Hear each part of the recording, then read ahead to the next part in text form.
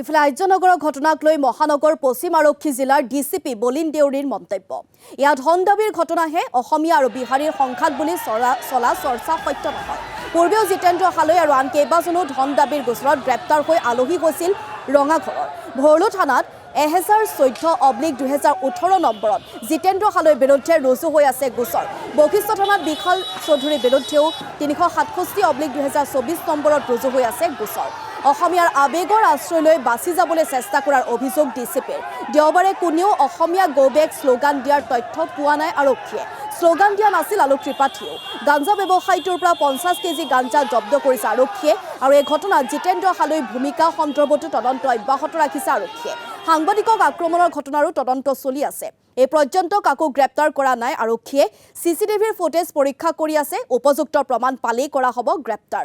আইন শৃংখলাজনিত পৰিস্থিতিৰ সৃষ্টি কৰিব বিচৰা কাকো ৰেহাই নিদিয়াৰো সকিয়নি ডিচিপি বলিন দেউৰী।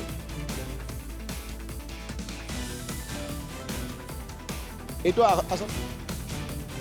আৰু বিহাৰী বুলি যিটো এতিয়া ঘটনা ইয়াতে এটা ইছ্যু সৃষ্টি হৈছে, সেইটো আচলতে এটা এক্সটৰ্চনৰহে ঘটনা হয়। আৰু যিসকল মানুহ এই কালি ইনচিডেণ্টত জড়িত হৈ আছে, এই দুজন মানুহ আগতে এক্সটৰ্চন কেছত বশিষ্ঠ আৰু ভৰলুমুখ থানাত তেওঁলোকৰ এগেইনষ্টত এক্সটৰ্চনৰ কেছ ৰুজু হৈছে আৰু তেওঁলোক এৰেষ্ট হৈ জেললৈ গৈছিল। আৰু গোটেই এই এক্সটৰ্চনৰ কাৰণে তেওঁলোকে ইয়াতে ভিডিঅ' বনোৱা হৈছিলে আৰু ভিডিঅ' বনাই তেওঁলোকে যেতিয়া দেখিলে যে তেওঁলোকে আমাৰ বহুত তেনেকুৱা ধৰণৰ আমাৰ হাতত এভিডেঞ্চ আহিছে, যেতিয়া তেওঁলোকে দেখিলে যে মানে তেওঁলোক এতিয়া নাবাচে, তেতিয়া তেওঁলোকে এইটো এটা অসমীয়া আৰু বিহাৰী ইছ্যুলৈ তেওঁলোকে কনভাৰ্ট কৰিছে। যিহেতু আমাৰ অসমীয়া মানুহবোৰ আৱেগিক, গতিকে তেওঁ ভাবিলে যে ইয়াৰ আশ্ৰয় লৈয়ে আমি বাচি যাব লাগিব। এতিয়া কাৰণ ধৰা পৰিলোগৈ, সেইটো হৈছে ঘটনাটো।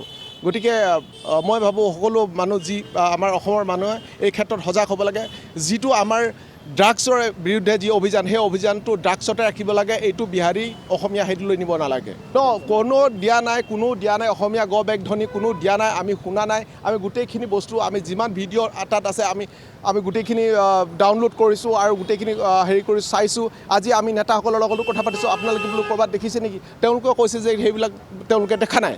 চ' এইটো হৈছে এটা ভুৱা, এটা মানে অসমীয়া চেণ্টিমেণ্টত এক্সপ্লইট কৰি এই যিসকল মানে ক্ৰিমিনেলছ আছে, সেই মানে মিছক্ৰিয়েণ্টবিলাকে তেওঁলোকৰ যি ক্ৰাইম, সেই ক্ৰাইমটো লুকাব বিচাৰিছে।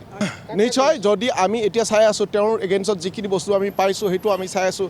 আৰু যিখিনি ইফালে মানে জিতেন্দ্ৰ হালৈক যদি কোনোবাই কাৰোবাৰ কমপ্লেইন থাকে, তেতিয়াওতো মানে পুলিচক ক'ব পাৰে। আৰু যদি সঁচাকৈ কোনোবাই যদি এণ্টি আছামিজ শ্লোগান দিছিলে, আমি সেইটোও চাই আছোঁ। আৰু যদি তেনেকুৱা হৈছে, নিশ্চয় তাৰ ওপৰতো একশ্যন ল'ম। কাকো কিন্তু হেৰি কৰি দিয়া নহ'ব, যদিও মানে সমাজত অশান্তি মানে হেৰি কৰিবলৈ বিচৰা হয়।